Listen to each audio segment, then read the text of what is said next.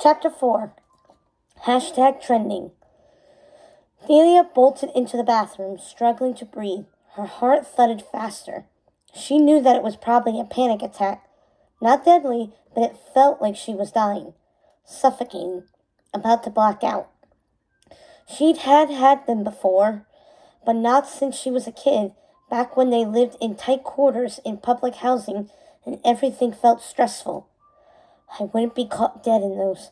I wouldn't be caught dead in those. I wouldn't be caught dead in those.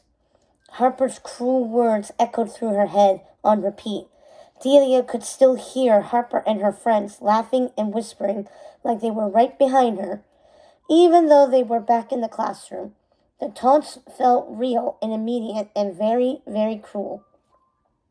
Delia tried to steady her breathing by splashing cold water on her face. She peered at her reflection in the mirror. Her hair looked like a puffball, and her skin was splotchy and red from the panic attack. Not to mention the zombie's zit. She looked horrid. She couldn't go back to class like this, not with Harper and her glam posse just waiting to pounce. She couldn't give them that much ammunition. She pulled out her contraband makeup, trying to touch up her face and cover it up. She brushed on pink blush and some cream eyeshadow, then dabbed concealer over her zit and pulled her hair back in a low ponytail. When she was finished and felt calmer, she took a step back to survey her efforts. Her jaw dropped. Somehow, she'd made everything worse. Her already flushed cheeks just looked rosier. The eyeshadow was too much, and the concealer couldn't conceal the monstrous zit. It practically had a life of its own at this point. It refused to die. She turned on the hot water, splashing it on her face to wash the makeup off so she could start again. When she looked up, steam from the hot water had fogged up the mirror, restoring her face. With the smudged and running makeup, she looked like some kind of evil clown. She leaned in closer, transfixed, a sense of cold dread sweeping through her. Ping! An alert from her phone made her jump. Ready to post to Pick Perfect? Don't let your ranking slide. Delia felt a vague sense of panic when she saw the alert, but then her eyes flicked back to her reflection, as if she could post looking like this. She clicked open the app to dismiss the alert. The home screen and the top trends loaded onto her phone. Sure enough, hashtag House of DeVille was number 1. Without thinking, she clicked on the hashtag and images splashed onto her screen. Her mouth dropped open. The top trending pic was of Harper. There was no mistaking her face or that stunning red hair. In her selfie, she wore an oversized gilded crest sweatshirt, skinny jeans, and the boots. She was posed with her head thrown back, like the camera had captured her in a casual, effortless moment. Her loose red waves cascaded across her shoulders. Her skin looked flawless. Delia was sure that Harper was wearing makeup and used filters, but it looked so natural. Her besties, Charlotte and Ella, flanked her, also posing in their trending House of DeVille boots. In fact, all 3 girls looked like models in a teen magazine for top influencers. Delia would give anything to take one picture, just one selfie. That looked half as perfect as Harper's post. Anything. Heart emojis filled Harper's comments, too many to count. Every second, more hearts popped up. Delia scrolled through the comments feed, knowing it was bad to hope to find a negative comment, but wanting to find one all the same. She kept scrolling, and scrolling, and scrolling, and scrolling. Hundreds and hundreds of comments, but there wasn't a single red devil in sight. Those hearts had boosted Harper into the top slot on Pick Perfect at their school, followed closely by Charlotte and Ella. The Glam Posse had the highest ranked accounts at Gilded Crest. Of course they do, Delia thought with a sigh. She studied the pic. envy pooling in her heart. It was a bitter brew, but also somehow surprisingly tasty. Delia tapped on Harper's friend list. Sure enough, all her friends followed House of DeVille. It seemed like they all had the boots. They all shopped at the fancy stores in Michigan Avenue. They all looked impossibly perfect in their profile pics and had way more followers than Delia. If she thought her old friends looked perfect and fashionable in their pic-perfect posts, the glam posse at her new school took it to a whole new level. They weren't just popular and gorgeous and flawless, they were almost like influencers. They were the definitions of perfect. They were everything Delia wanted to be, but wasn't. She glanced back at her reflection, grimacing at her disheveled, clownish appearance. Then she looked down at her ratty old boots. Harper was right. They were awful. Delia felt her shame grow exponentially, just like Harper's friend list was growing every second because of the trending House of DeVille boots. Delia clicked on the House of DeVille official profile page. The fashion line's profile pic was a photo of a woman taken from behind. This was Cruella DeVille, the icon who was rumored to have started the fashion line back in the day. Though you couldn't see her face, her hair was half white and half black, parted dramatically in the middle, and her signature one-of-a-kind black and white faux fur coat was draped luxuriously over her shoulders. The Cruella coat. Delia had always thought it was weird that there was never any pictures that showed Cruella's face. Some people didn't believe that Cruella had ever existed.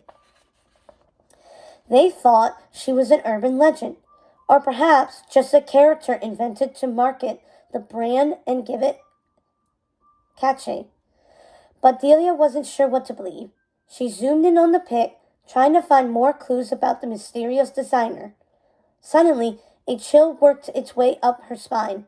The bathroom felt colder, and she shivered despite the hot steam wafting out of the sink, where the tap was still running full force. Delia scrolled down to the House of DeVille boots on their page. The boots stared back at her. I need those boots to fit in, she thought. Even more, she needed them to post to Pick Perfect and boost her ranking at Gilded Crest so she could win the respect of Harper and her glam posse, and somehow survive the rest of the school year without dying from extreme humiliation. The boots would fix everything. Delia had to find a way to get them. She knew that with such certainty that it made her mouth water. She shut off the tab and wiped the fog from the mirror. Her makeup was still running. She couldn't take a selfie in this state, but she had another idea. She took a screenshot of the House of DeVille boots and tagged it. #wishlist, #House of DeVille, #faux fur boots, #fairy godmother. Then she hit post. After all, what did she have to lose? Ping! Suddenly, her phone chimed as a direct message alert popped up. Someone was DMing her. That was weird. It was from a strange account she didn't recognize. She clicked on the DM. The profile pic showed a mannequin's expressionless face. The smooth plastic features was blank and unnerving. The name on the account was Fashion Addict. Delia scrolled through the feed, viewing the posts. Each image in the account showed a creeping-looking mannequin posed in different House of DeVille outfits, like something out of a storefront window. They were all black and white, the fashion line's iconic color palette. Under the mannequin's profile pic, there was a short bio posted. My friend wanted to be perfect. #House of DeVille, #remember her. Weird, Delia thought. She flipped over to read the DM in her private messages. It was only one sentence, and it made her heart race.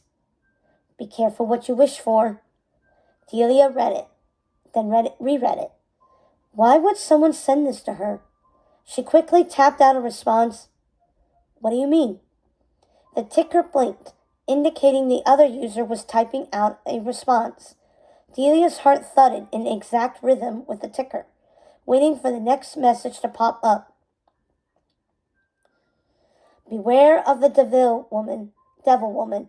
This is what she did to my best friend. Red devil icons followed, one after the other, filling the DM message and making her phone ping nonstop. Delia's hands shook so hard she almost dropped her phone. It was probably just some fake robot account trying to scare kids. Delia knew they were common on social media apps. Her mom had warned her to be careful. Even so, she didn't hit block. Yet. The DMs ran through her head, making her feel even more unsettled. Be careful what you wish for. Beware of the devil woman. This is what she did to my best friend. The messages must have been triggered by her last post tagged with hashtag House of Deville. But what did it mean? With a shudder, Delia shut the Pick Perfect app and clicked over to her text. She wasn't going to let some online bully account or urban legend scare her off. She pulled up her mother's number and tapped out a text message. Mommy, pretty please. Then she attached a link to the House of Deville boots and hit send. She looked back at her reflection. It stared at her mournfully, so she forced a smile. She hadn't gotten this far in her life by giving up so easily. Harper and her friends may have teased her, but she remembered Grant with his goofy grin and thumping beats. Not everyone was like the Glam Posse. She could still make friends here, right? Plus, she had Alia and Zoe in her corner, even if they didn't go to the same school anymore. They could still vid-chat like they did that morning and trade comments on each other's pick-perfect posts. And they could chill on the weekends in Zoe's basement or hit the skate park. That thought made Delia feel better. Who needed the Glam Posse anyway? She took a deep breath and went to work fixing up her appearance so she could return to class.